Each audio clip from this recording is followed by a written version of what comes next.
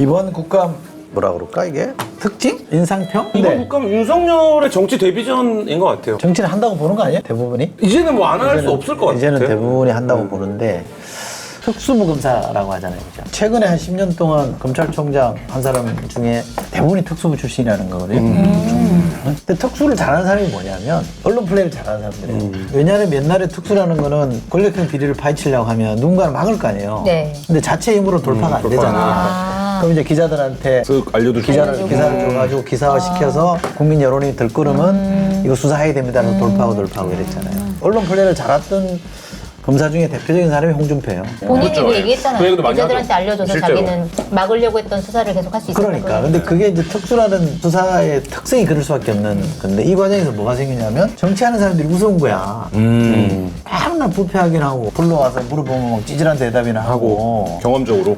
자기들이 볼 때는 이 한심한 사람들이라는 판단이 서는 거고 다른 한편 자기들은 고시해서 그 어렵다는 사법시험 해서 잘 나가는 정의의 사도 이게 이제 검찰주의 아니에요? 검사가 나라고 한다는 게 검찰주의자의 사고인데 원래 이런 사고를 갖고 있는데다가 실제로 부패 사건을 다뤄보고 해보니까 우리가 하면 차라리 낫겠다. 정치를 예. 옛날 저 군인들처럼 예.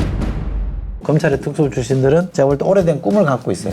자기들은 권력욕이라고 생각 안 할지 모르겠지만 특수부 검사가 세상을 한번 바로잡으면 좋겠다 이런 열망들이 저변에 깔리기 시작했고 이것이 뭉쳐서 윤석열 대망론이라는 게 만들어지고 있다고 생각하거든요. 근데 아까 지금 얘기했다시피 군인들이 왜 그렇게 생각하느냐. 박정희가 왜 쿠데타 했겠어요. 자기가 쫓겨날 것 같으니까 쿠데타 했다는 설이 정설로 남아있지만 네. 다른 한편으로는 일본 육사 출신이잖아요. 네. 일본 군부가 국가 경영을 했던 세력이거든요. 그렇죠. 군국주의 시대이기 때문에 네. 그 나중에는 사실은 총리가 군 출신이 등장하고 막 그래요. 그러니까 일본의 군인들이 사실은 국가 경영에 대한 굉장히 관심이 많고 주도했던 세력이거든요. 그 밑에서 배운 박정희이기 때문에 내가 할 수 있겠다는 생각한 것이고 그 박정희한테 훈련받은 사람들이 육사 11기 하나회라는 사람들이잖아요. 그 걔네들이 자기가 맡겠다고 나온 거거든요. 그걸 아주 난 유사하다고 생각해요. 그래서 이 열망이라는 건 윤석열 개인의 의지와 상관없이 그렇게 저변에 깔려 있는 것이고 또 한편으로는 잘 보세요. 지지를 잘 나오는 정치인 중에 비정치인 중에 정치 끝까지 거부한 사람이 있어요? 없죠. 안철수. 하게 되죠. 안철수. 옛날에 고건. 네. 국민들이 박수 쳐주면 내가 해야 되나? 이렇게 생각하면 불려 나오거든요. 윤석열은 인기 좋잖아요. 저쪽에서 보면 인기가 굉장히 좋은 사람이잖아요. 지금 야권 지지율 1등이더만요. 해볼만 하겠는데 이런 생각 뭐 들겠죠. 그러니까 인식으로는 내가 우선 검찰주의자니까 검찰의 정의감으로 나라를 바로 세워야 된다는 게 딱 깔려 있고, 난 경험적으로 특수수사하면서 정부 감각 가졌고, 이런 정도의 앞선 엘리트식을 가진 사람은 나올 수밖에 없는 그 에너지를 가졌고, 게다가 대중적 지지율까지 받쳐주면 필이나 나온다고 생각하는데. 근데 약간 궁금한 게 그러면 윤석열 총장이 그만두고 나갈까요? 아니면 임기 다 채우고 나올까요? 윤 총장이 지금 간절하게 원하는 게 뭘까요? 간절하게 원하는 게 뭘까요? 누가 자기를 잘라주길 대통령이 잘라주는 거죠. 그렇죠. 그러면 대통령과 윤석열의 구도로 급격히 전환되겠죠. 국정감사에 대통령 얘기를 했잖아요.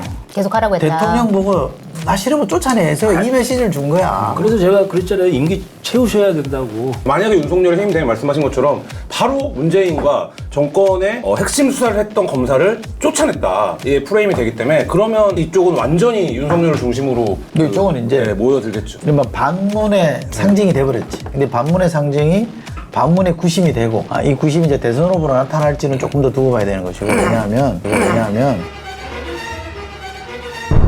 국민의힘에는 전직 대통령 둘을 감옥에 넣었다라는 이런 구원이 있잖아요. 그러니까 강한 피토 세력이 있거든요.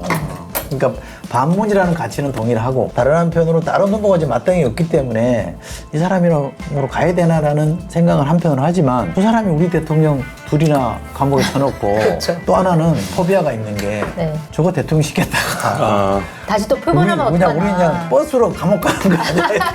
그럴 가능성도 있죠. 이런 두려움이 또 생기는 거야. 사람한테 충성하는 분이 아니시니까. 그러니까 이게 총장이 저러는데 대통령 돼봐. 그러니까 버스로 감옥 갈 수 있어. 그렇지. 버스 타고 감옥 간다니까. 그러니까 그런 두려움이 있어서 이걸 밀어야 되나 말아서 내가 볼 때는 반문 진영의 상징으로는 됐지만 구심이 될지는 조금 더 두고 봐야 되고 이것이 정치적인 힘으로 나타나서 대선 후보까지 갈 건지는 갈 길이 멀어요. 멀죠. 그렇죠. 제가 볼 때 쉽지는 않은데. 저는 아니라고 봐요.